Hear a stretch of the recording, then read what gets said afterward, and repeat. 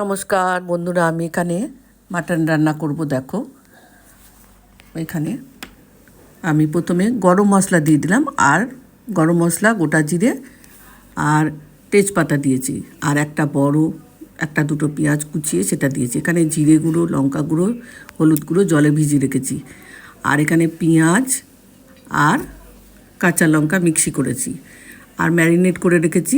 টমেটোটা দিয়ে দিলাম, আর চিকেনটা ম্যারিনেট করে রেখেছি। সমস্ত মশলা দিয়ে, আদা রসুন একটু দিয়ে ম্যারিনেট করে রেখেছি।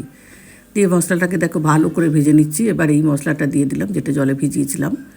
ভিজিয়ে দেওয়ার পরে এবার আমি মাটনটাকে এখানে দিয়ে দিচ্ছি। এখানে জিরে গুঁড়ো, লঙ্কা গুঁড়ো, হলুদ গুঁড়ো, দই, নুন সব দিয়ে, হলুদ সব দিয়ে ম্যারিনেট করা। এবার কষানোর পরে আমি জল দিয়ে দিলাম।